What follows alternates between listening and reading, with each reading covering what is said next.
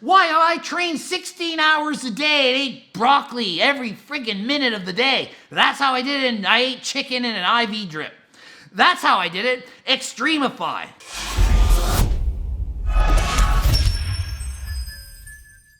Coach Craig, and breaking news, Tyreek Hill. He's not doing so good. We need to pray for this guy. It's not good. This is the news. I'm sorry to have to report this. Tyreek Hill has just tweeted that he's at 1% body fat. I mean, the poor guy, he can't eat. He's struggling to stay alive. I mean, honestly, the fact that he's still alive at 1% is truly remarkable.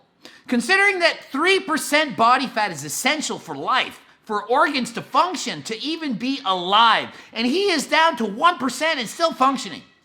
Pray for him. I don't know if he'll be able to pull through. I mean, his future as an NFL superstar is certainly in question. I don't think he'll ever be able to come back from this. 1% body fat. I don't know what happened. I don't know if it's related to what's been going on in the world lately. Maybe he contracted something that he can't eat. I don't know what happened. I feel bad. This guy is at the prime of his career and it's being shut down by having such low body fat levels. You believe any of that? I hope not. This is what actually happened. It must have been a typo. People make mistakes. They forget to bleep out a word.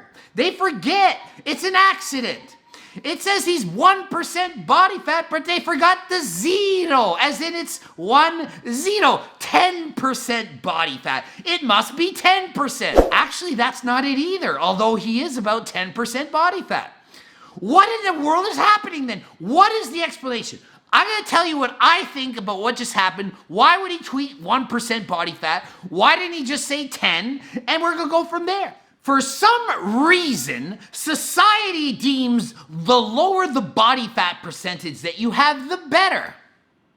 It's almost like the more money you have, the better. The better looking you are, the better. The smarter you are, the better. The better an athlete you are, the better. Somehow, body fat percentage got mistakenly thrown into that loop of the lower the better. It is not the lower the better. Is the less sleep you get, the better? Oh, I only sleep 4 hours a night. Oh yeah, well I only sleep 1. Yeah. Is it the less meals a day you eat, the better? Is it the less freaking girlfriends you've ever had, the better? Is it the less hours of sleep, the better? It isn't always the less is more. Too much is not good either. There's too much body fat and there's not enough body fat. Too much, not enough. The good zone, in there. We should all be in there. Well, where is in there?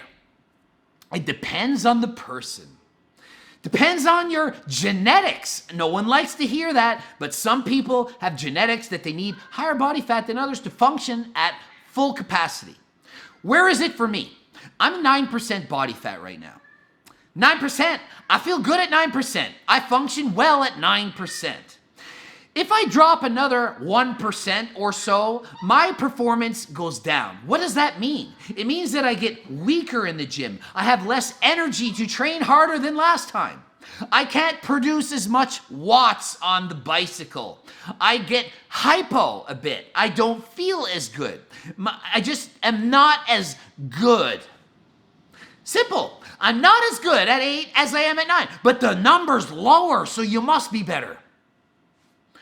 Maybe I look better, arguably, if you like shreddedness and super ripped, arguably I look better. Is 5% better than 9? If I were 5%, I'd be way better at bodybuilding. I could do a contest and flex and see all the fibers. Does that make you healthier? No, it makes you less healthy. There's a direct correlation between lowering your body fat too low and death. Yes, death, dying, as in you no longer are with us. If you try to go too low, 1%, you will die. You will cease to exist. Those of you who have tried, maybe you're anorexic and you don't eat ever. Maybe you're a bodybuilder and you starve yourself to the point of death. It's not good for you. You have no energy. And the body doesn't want you to do this. It sends hunger hormones, ghrelin, eat. It doesn't let you sleep. Cortisol increases. It is your body saying, survive.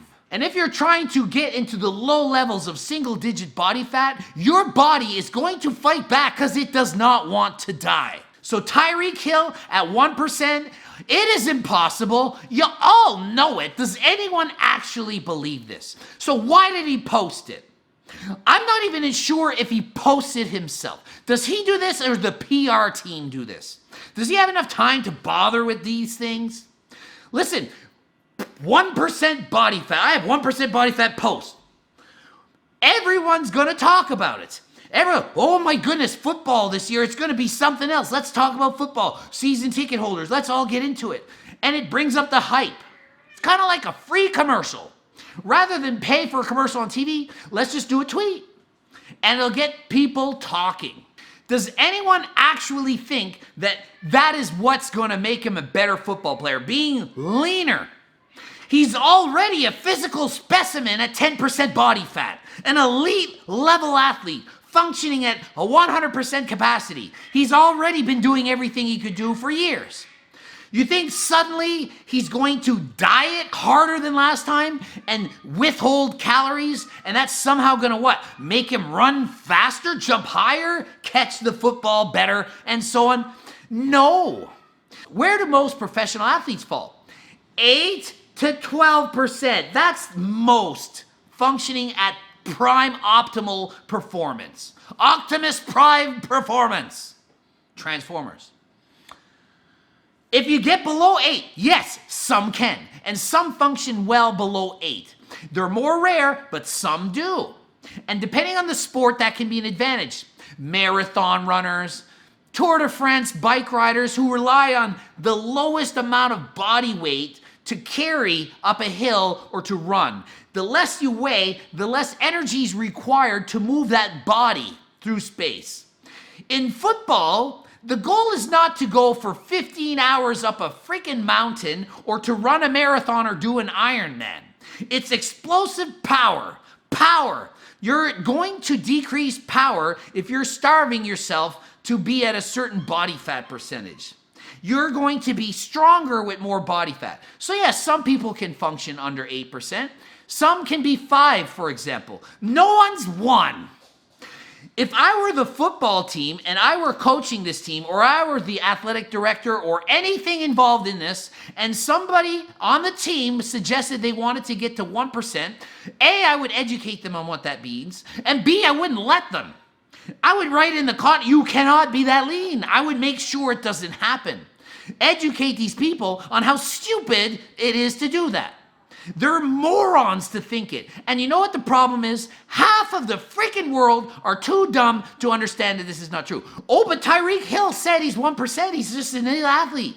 Coach Greg doesn't know what he's saying. No, he's just some manlet. He doesn't understand. He's not even in the NFL. How can he comment on their body fat?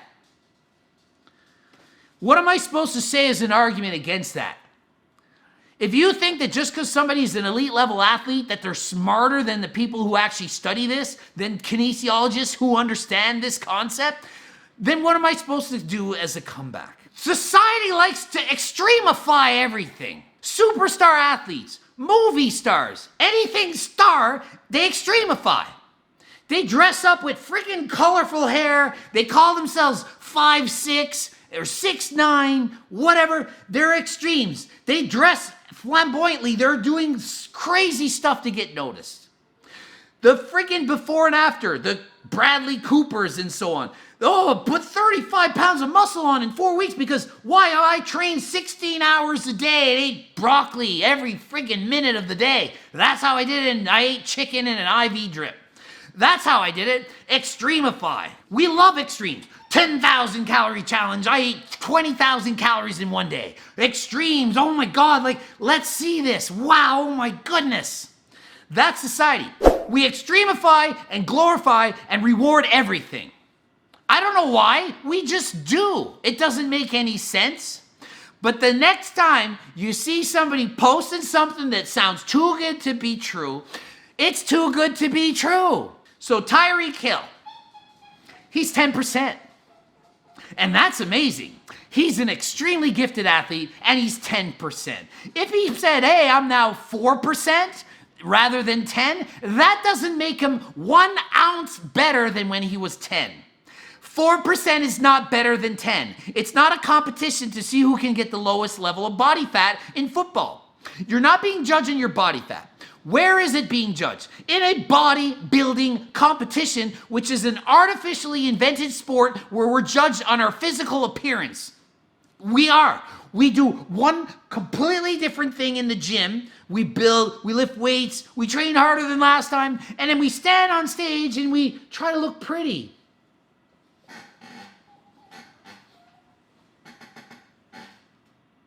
And we're judged on our artistic posing ability and our level of shreddedness and how much body fat we don't have so that we can see the muscle underneath. It's a freaking beauty pageant. Bodybuilding is a beauty pageant. Well, so is life in general. We all want to look leaner. We're dieting. We want to have abs. You can have abs at 15%, that's for sure. You can have abs certainly at 10%. You're going to have amazing abs. You don't need 1, 2, 3, 4, 5% body fat to look good. You can look like an extreme individual. It's extremifying your body fat percentage. 5% shouldn't be the goal of anyone unless you're competing in a competition for that day. It is not a healthy body fat to try to attain year-round. It's not even that for me, and I like the sport, and I've competed in bodybuilding 59 times, and it's not healthy and in fact dangerous and can shorten your life expectancy to try to achieve 5% body fat, especially if you're trying to maintain it. And when you try to maintain something for too long, it gets harder and it causes eating disorders, it causes mental stress, body dysmorphia, and the list goes on. And trust me, as a coach, I deal with this every freaking day. So many people have an improper view of how they look. They're not happy. Their exterior is just not what they want it to be. And these people promoting 1% body fat in the NFL, that is making it worse. They're making it worse on society. We don't know what to think. The average person doesn't know. They think the lower the better. They don't understand. 15% body fat for a man is very good. And women add 6 to 9% to that, and you are a freaking amazing shape.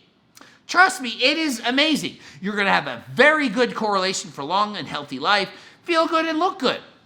You don't need to be leaner. If you want to, sure, but don't strive and spend every waking day of your life to be 5%. And then when the next guy says he's 1 and you're like, well, geez, I'm 5. Oh, now I have to diet even harder. Nope, they are lying or they're idiots. They're either a liar or an idiot or both. GregDoucette.com for coaching. Greg Doucette, IFBB Pro, speaking the truth. Until next time, I am out.